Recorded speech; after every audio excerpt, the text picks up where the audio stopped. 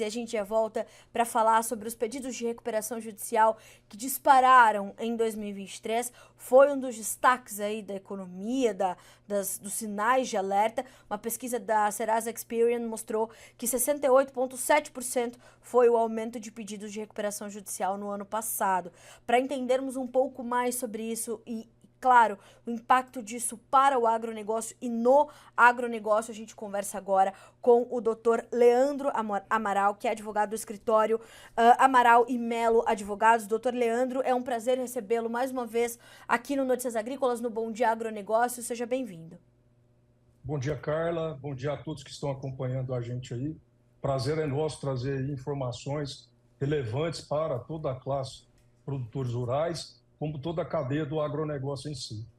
Doutor Leandro, essa pesquisa da Serasa Experian, ela já traz um alerta importante, né? Que de uma forma geral, 68,7% de aumento nos pedidos de recuperação judicial. Dentre esse aumento, né? O que a gente destaca para o agronegócio? Quanto disso aconteceu dentro do agronegócio? Como isso tem acontecido no nosso setor nesse momento, que também traz bastante preocupação, traz sinais de alertas importantes? Então, Carla, é importante aqui primeiro, né, contextualizar a situação, porque esse crescimento de pedidos de recuperação judicial pelo produtor rural, a gente entende que são por dois fatores, tá? O primeiro é que no final de 2020 houve uma alteração na legislação que trata da recuperação judicial, recuperação extrajudicial e falências, trazendo regras mais claras para o produtor rural fazer uso desse instrumento. Então, houve aqui uma significativa segurança jurídica para o produtor rural. Antes disso, o produtor que queria fazer uso dessa ferramenta, ele acabava contando aí com um cenário de turbulência, né, com insegurança jurídica, se isso ia dar certo ou não. Depois, então, houve uma soma de fatores negativos que impactaram, né, o negócio do produtor rural em si. Logo em 2023, houve ali uma queda acentuada do preço das commodities, né? Ninguém esperava um preço cair desse tanto e refletiu diretamente nos pedidos. Você tocou no ponto aí da Serasa, né? Só em 2023 houve 80 pedidos, né, de recuperação judicial, em comparativo aí com o ano de 2022, que houve apenas 20. Então houve um aumento significativo e a tendência é que em 2024 esse número aumente mais, porque nós tivemos aí, estamos passando por um problema, produtor rural, com fatores climáticos, né? Praticamente todos os estados brasileiros foram atingidos, né, por falta de chuva e também um calor extremo, e isso impactou nas lavouras, e isso, com absoluta certeza, já criou ali alguns números de pedidos de recuperação judicial somente nesse ano de 2024, no mês de janeiro. Então, a tendência aqui é que esse número supere esses 80 pedidos de 2023. Agora, doutor Leandro, é uma ferramenta ou é uma forma eficiente de se resolver as situações? Qual é o objetivo central, né, de uma empresa que parece não ver mais ali outras soluções no seu horizonte para chegar até o pedido de recuperação judicial? E por que isso no agronegócio foi tão frequente nesses últimos meses? Então, Carla, é importante, a gente precisa ter uma responsabilidade para tratar desse tema aqui, Eu porque tem imagino. muitos profissionais que acabam fazendo uma narrativa do uso dessa ferramenta da recuperação judicial como se fosse uma receita de bolo que serve para todos os casos de produtores e como se fosse um remédio milagroso, quando na verdade não é.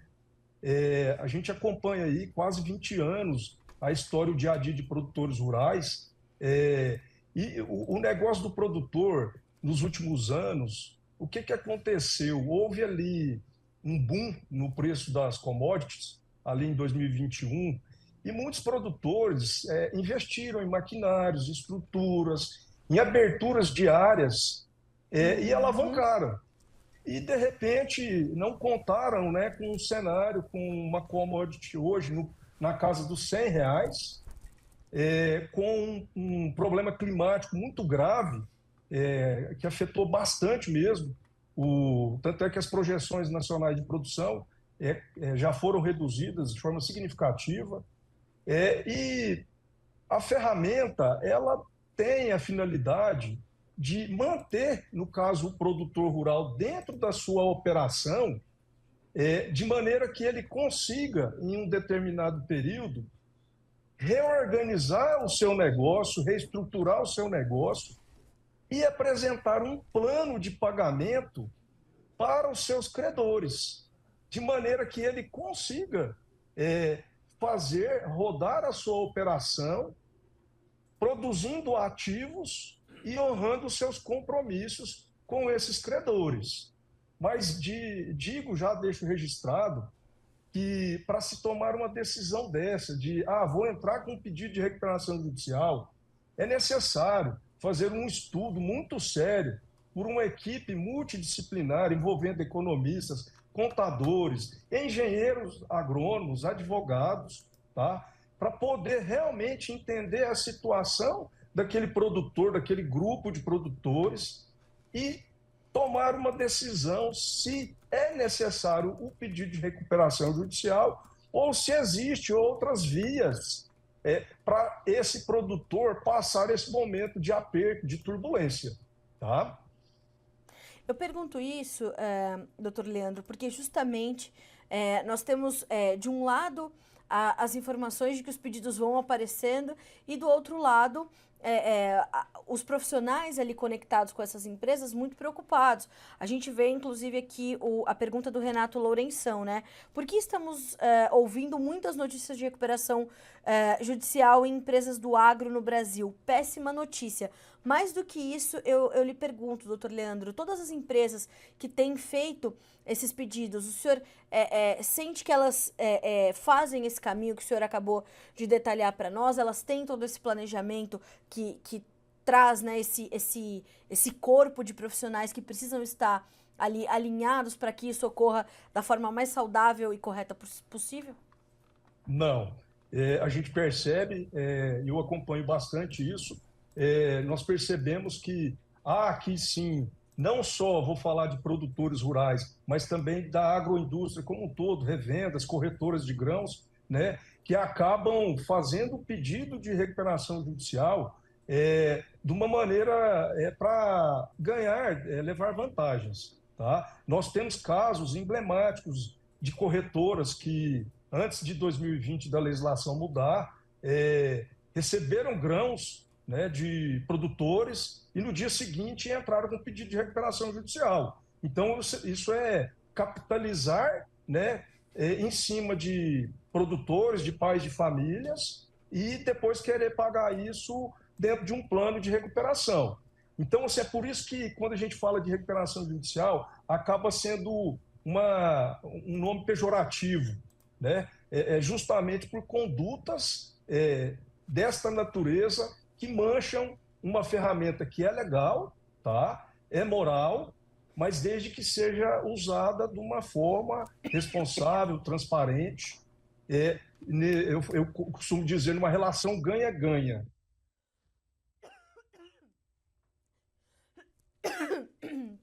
Perdão, doutor Leandro, me deu uma tossezinha aqui, mas já tô de volta. Sem problema.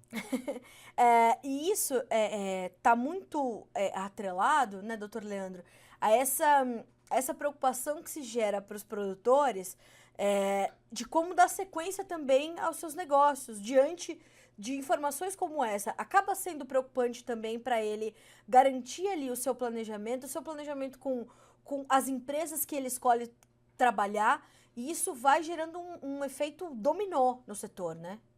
Exatamente. A cadeia do agro é formada ali por vários personagens E o agronegócio, ele exige crédito. É uma das maiores ferramentas, mais importantes ferramentas do setor é o crédito. Então, a partir do momento em que você tem aí, né, um número significativo de pedidos de recuperação judicial sendo apresentados, os fornecedores eles acabam reduzindo, né, a oferta de crédito, eles acabam é, colocando um juro mais alto para uma operação. Então, isso tudo acaba afetando a cadeia como um todo. E justamente por isso que eu sempre digo e repito, o pedido de recuperação judicial ele deve ser a última opção do produtor, da revenda, da trade, da corretora.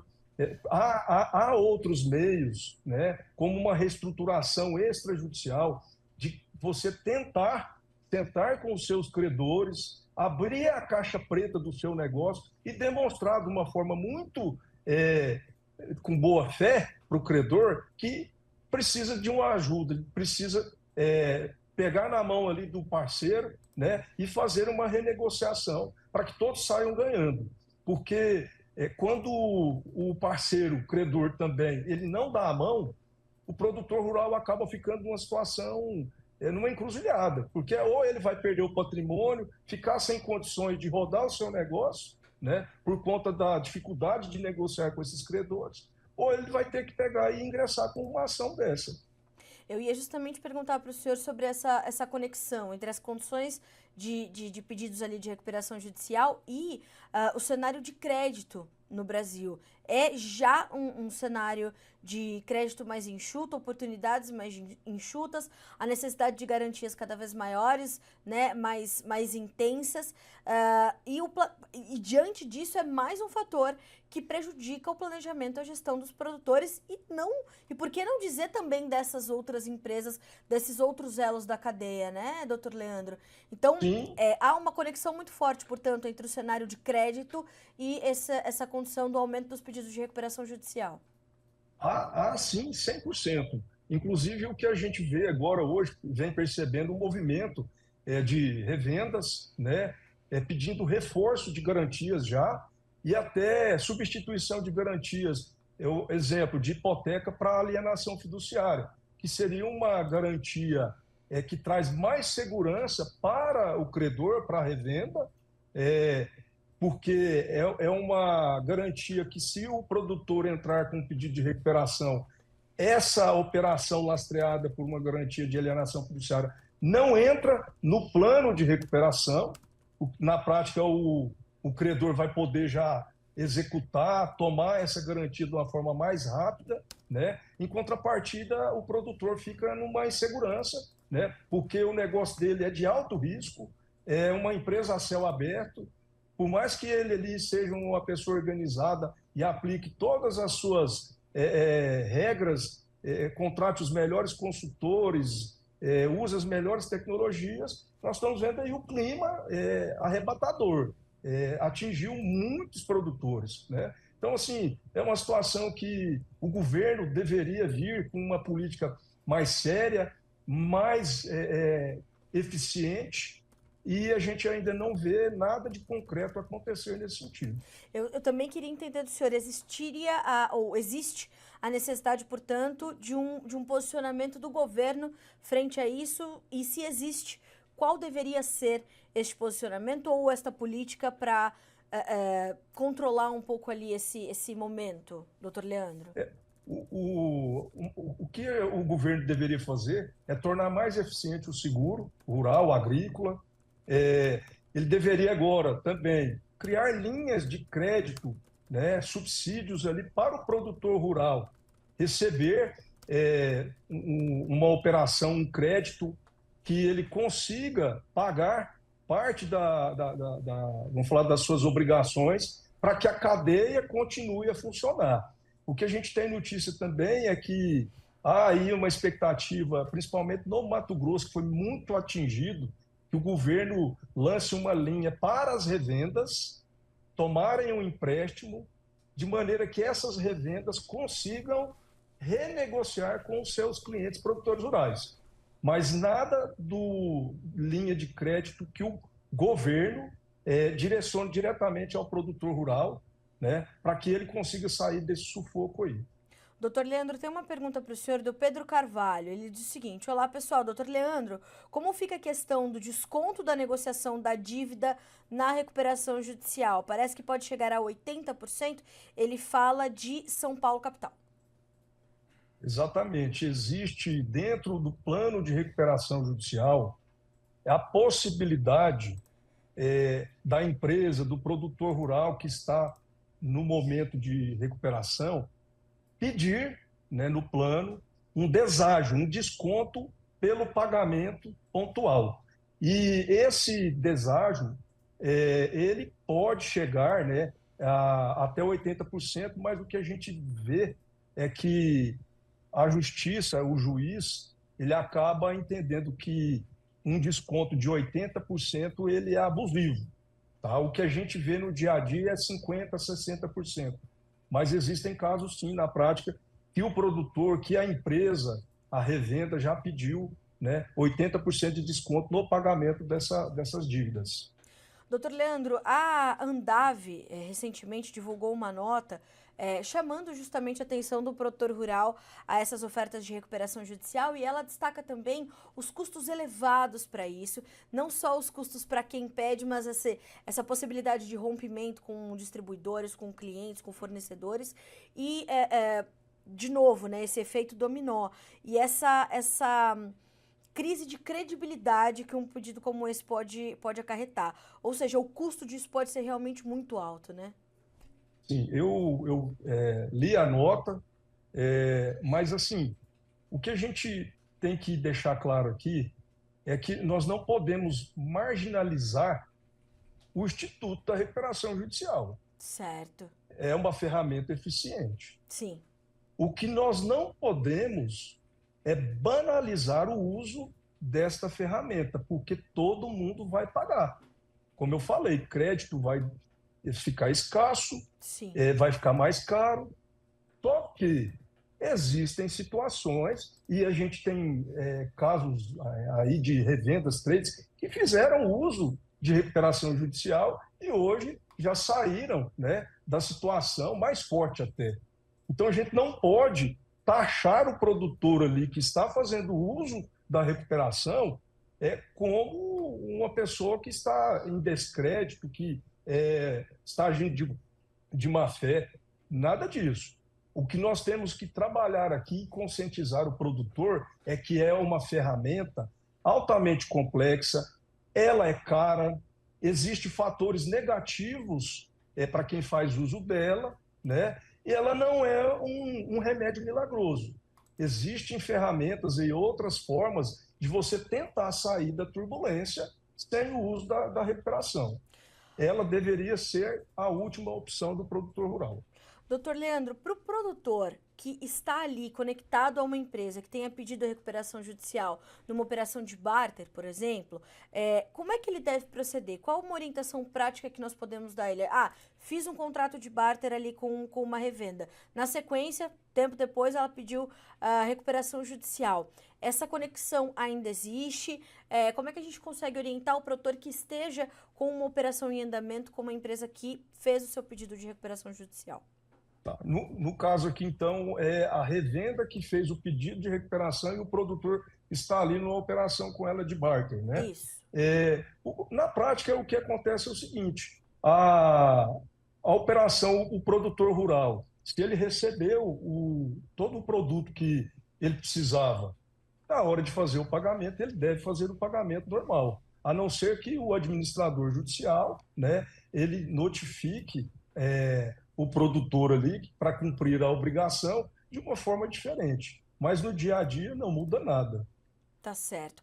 Olha, doutor Leandro, eu queria ficar mais tempo conversando aqui com o senhor, tirando mais dúvidas, mas infelizmente o nosso tempo vai se esgotando. Mas o senhor é da casa, tá sempre né, frente a portas abertas aqui no Notícias Agrícolas. Quero muito lhe agradecer pela companhia nessa quarta-feira, para começar a tirar aí esses véus que tem em torno desse assunto, é importante. A gente vai continuar falando sobre isso, vai continuar atualizando as informações, porque estamos num momento importante desse caso, né?